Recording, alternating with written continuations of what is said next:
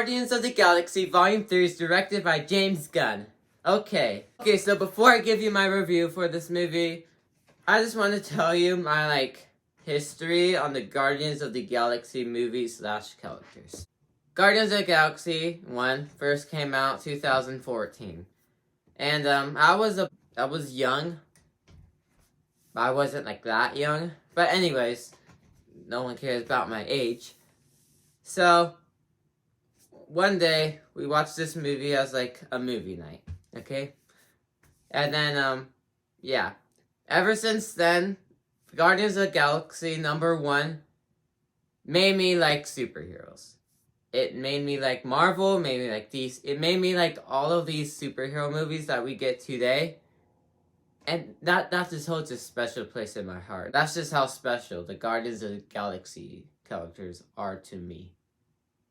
They started this whole superhero thing. What did I think for Guardians of the Galaxy Volume 3? Okay, let me start with everything I liked about the film. So what I liked is that this movie did a really good job at closing out the characters' arcs. By the end of this movie, you're happy for every single character.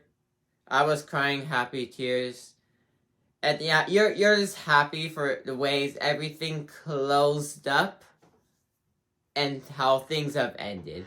This movie is a really good send-off to the Guardians of the Galaxy. James Gunn did another good job. This is a really good send-off. From every character arc leading to the end of this movie, everything is perfect in this movie. The action scenes in this movie as well are shot so good. There's just one scene in a hallway where it's tight, but the camera just moves around, so it gets all the best shots. And it looked amazing. I like the way the camera moved and stuff. It was amazing. Another thing, this movie is kind of dark. And that's a good thing. I like the dark theme of it. And I felt like it just added more to the story and make you care more about the characters. Because of the dark stuff that they added into this story. There is a couple of bloody scenes that are close to being rated R. But it's nothing, I felt like it was nothing on the brink. Maybe it's hard to look at for some people, but I still found it PG-13. I didn't really find it that gruesome to look at. And another thing, there is 2 post-credit scenes. Both of them I do recommend staying for. I mean, yes, there's not a whole lot of Adam Warlock in here, but I wasn't really expecting a lot of him. And I was actually surprised of how much he was in this movie. Other reviews say that he's not in the movie that much. I found it that he was in the movie a lot. Because the reviews say he wasn't in it that much, I was expecting, he's not in it that much. But then I watched it, and he's in it a lot, it felt like. So, just keep that in mind as well.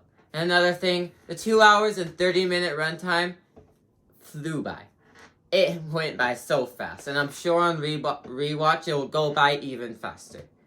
But yeah. Another good thing is that every character, and when I say every character in this movie, I mean every character gets their chance to shine. Every character has their moment in this film. Every character gets their moment and adds onto their arc. And everyone gets their moment in this film, which I really appreciate. And another thing, the villain is extremely hateable. What he does, you will hate him for. This movie is also funny. It is a really funny movie. I think, in my opinion, Guardians of the Galaxy 2 is funnier. But you don't need this movie to be funny. Because you already have the emotional and dark elements in here. It doesn't need to be any funnier. And yeah, this movie is emotional. It did get me. Well, I didn't shed a tear. My eyes were watery. But yeah, this movie got me. It's just a really good ending. Now let's go on to everything I didn't like about the movie. Now the first thing that comes up, like I said, I did like how the characters' arcs ended, except one. I'm not gonna say who. I'm saving that for my spoiler review for tomorrow. But there's just one character that I felt like that person's arc did not end in a satisfying way. Because we're like never going to see these characters again. And that person's arc, I wasn't like fully okay with it. I didn't like how their arc ended. I felt like it could have closed off in a way more satisfying way. Another thing that comes to mind, felt like some of the first half wasn't as strong as the second half. I felt like the second half was way stronger.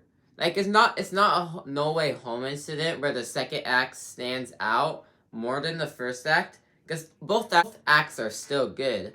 It's just this one was more enjoyable than the other. It's not just this even, smooth, I like it all the same. It's just a change. And there's one thing I'm confused about, but I'll save it for my spoiler review because I can't really talk about it because it involves the villain. I don't want to get into specifics in a non-spoiler review. So I'll leave that for my spoiler review. All in all, Guardians of the Galaxy Volume 3 is a really good send-off to the Guardians of the Galaxy franchise and these characters. James Gunn did an amazing job with this dark, emotional, and funny story to the end of the Guardians of the Galaxy. He did a really good job. Every character gets their chance to shine. Most of their arcs end off in a good way, and you're satisfied with it. The villain is hateable, and you will hate him. I definitely recommend this movie. Like, even if you're sick of Marvel, check this movie out. Out of 10, this might go up or down on rewatch, but I probably give it a 9 out of 10. Thank you guys for watching, and I will see you guys all next time for my spoiler review, so make sure you watch the movie.